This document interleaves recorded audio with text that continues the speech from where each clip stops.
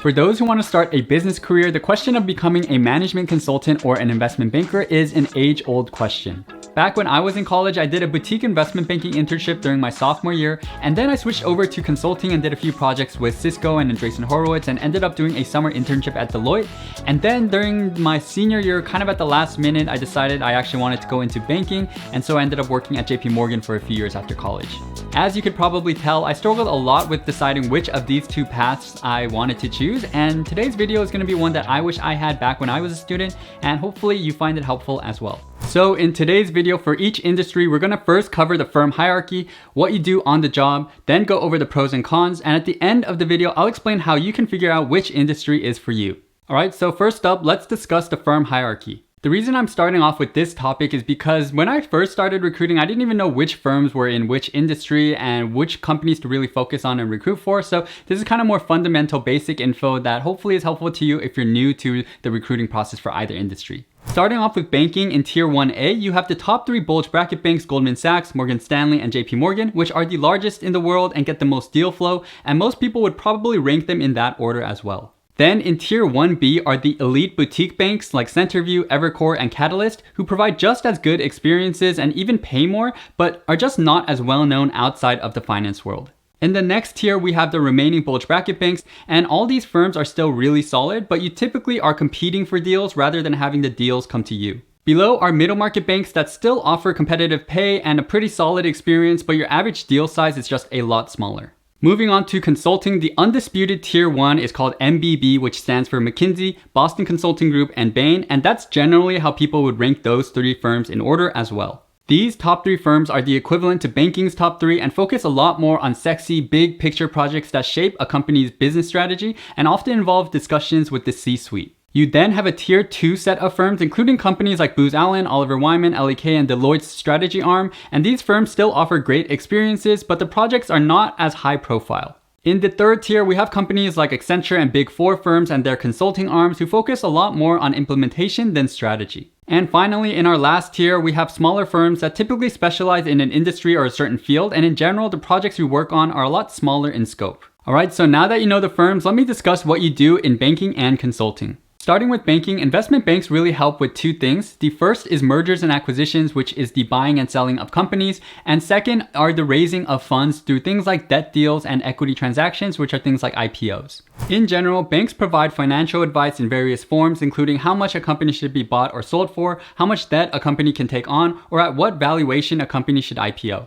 The bank guides the client throughout these transactions and take a cut just as a realtor would when selling a home. As an analyst or associate, you typically work on 4 things, which include building financial models in Excel, creating pitch books for meetings on PowerPoint, conducting research by looking into filings and industry reports, and either coordinating or participating in meetings. Your experience also largely depends on whether you join a coverage group where you work on deals only in one specific industry like tech, healthcare, or consumer, versus if you join a product group like the M&A or equity capital markets group where you'll only be working on M&A or equity deals. If you want to learn more in detail, you can check out this video where I worked on a $6 billion deal, and also this one where I talk about the day in the life of an investment banker, and you can find all those videos down in my description below as well. Alright, now let's reshift our focus back into consulting. Unlike in investment banking where you're usually working on multiple projects at the same time, in consulting you're only focused on one project at a time. In addition, a really unique aspect of consulting is that you get a really broad range of experiences because your projects can vary a lot in scope and be in various different industries.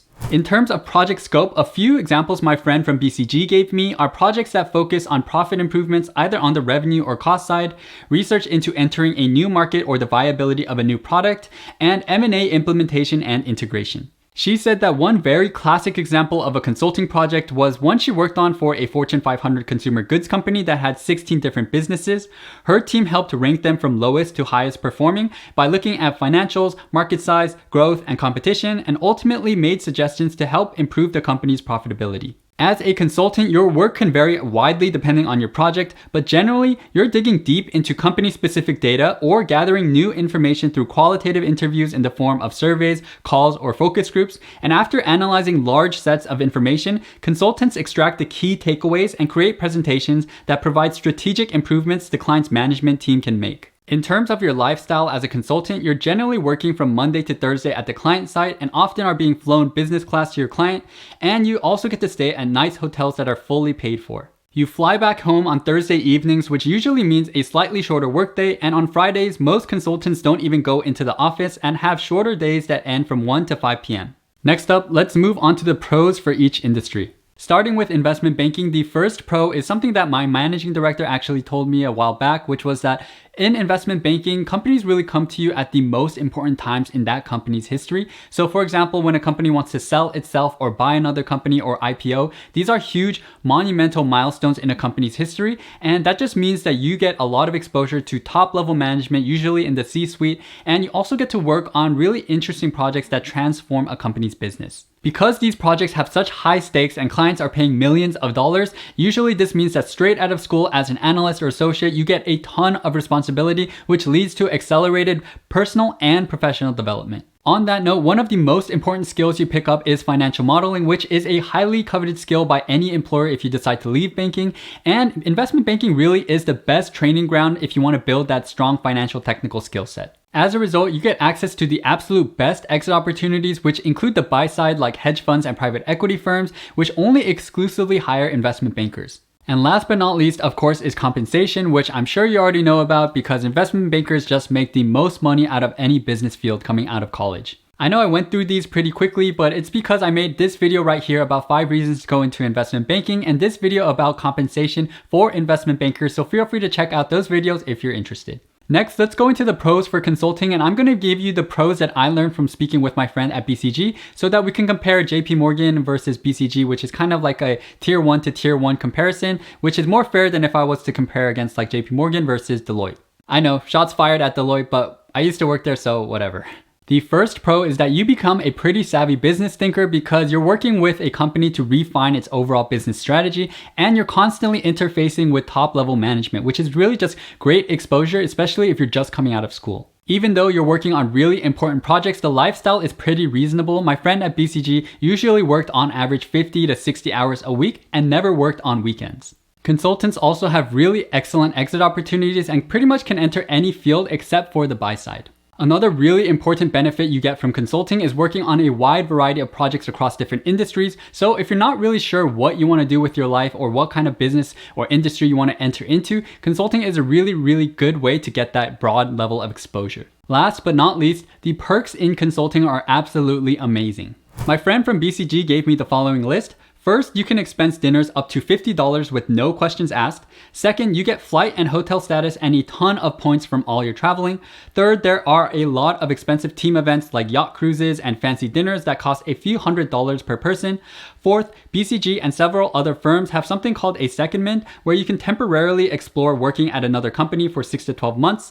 Fifth, there are formal leave of absence programs where you can get 2 months off every 1 to 2 years where you don't get paid but still get benefits. Believe it or not, there are a lot more perks, but I think you get the point. In consulting, there is a lot of focus on work-life balance and making sure that employees are happy through a lot of perks, while in banking, they just kind of give you a lot of money. Next up, let's discuss the cons for each industry. Starting with banking, the first most obvious con is the lifestyle because you're expected to work 70 to 100 hours a week, and usually that means working late into the nights on weekdays and working on weekends. In contrast to consulting, you don't get a lot of perks in banking. So for example, at JP Morgan, after we worked past 6 p.m., which was kind of all the time, you would get a dinner expensed but at a max of $25. And if you worked past 9 p.m., then you would get your Uber home expensed, but that was pretty much it. Lastly, one of the relatively unknown cons for banking is that the work can be a little repetitive over time, and that's because financing and even M&A deals tend to follow a similar structure where for each type of transaction you're working on, it tends to be the kind of same thing over and over again, and that's why I feel like a lot of bankers leave. Next up, let's talk about the cons for consulting. And the first one is that as a consultant, you work on these huge deliverables, usually presentations that are 50 to 100 pages, and you have done months and months of research and analysis for your client. But it's totally up to your client to actually implement that advice that you give. And you're not really there to see whether or not the client actually implements the advice and what happens. The second con is that while traveling on business class and staying at nice hotels sounds nice, I remember doing so during my internship at Deloitte. And I remember after work going into my hotel and it was just me, right? And it's just like, okay, I'm at this nice hotel, but Doesn't really matter. And so one of the things that consultants really say as they've been in the industry for a while is that the travel can get a little bit annoying and also lonely. The third con for consulting is a lack of stability, and that's because you're traveling Monday to Thursday, so your lifestyle is also kind of always on the move. And when you go from project to project, your industry changes, your project scope is probably going to change, your boss and team is going to change. So if stability is what you're looking for, then consulting is probably not for you. Of course, all these pros and cons can be a pro or a con to you depending on what you're personally looking for. This is just how I've laid it out. On that note, lastly, let me share some tips on how you can decide which industry is for you. The first tip I have for you is to focus on whether or not you're more of a quantitative person or a qualitative person. Now, there definitely is room for both in consulting and banking, but for banking, you do focus more on numbers, while in consulting, you focus more on high-level business strategy, and so it's a bit more qualitative. The second tip I have for you is focusing on lifestyle. For banking, obviously you work a lot of hours, so it attracts a certain type of individual who wants to work a lot in their first few years out of college in order to kind of advance their career a lot in the future. While for consulting, there is a much more reasonable work-life balance. You're not compensated as much, but you still get a good and excellent set of exit opportunities. The third and final tip I have for you is to really use your intuition as you learn more about these industries, whether it's throughout this video, speaking with other people, or preparing for potential interviews through technical prep for banking or case interviews for consulting. You should get a feeling of what really is something that attracts you about either industry. And I would really make sure that you follow your intuition there, because you don't want to join a bank, for example, just because of the money, or you don't want to join a consulting firm just because of the travel perks. Eventually, the actual work you're doing on a day-to-day basis is the most important thing. So really try to feel out what is important to you and what you want to do for the next few years of your life. If you're interested in recruiting for banking, I do have a resume and cover letter guide, which you can find down in my description below. I compiled all of my best tips that I got from being a JP Morgan UC Berkeley recruiting captain for a few years. And there's also a resume and bank template that I use to apply for JP Morgan. And with that said, thank you so much as always for watching. Hope to catch you guys in the next video. Thanks and peace out.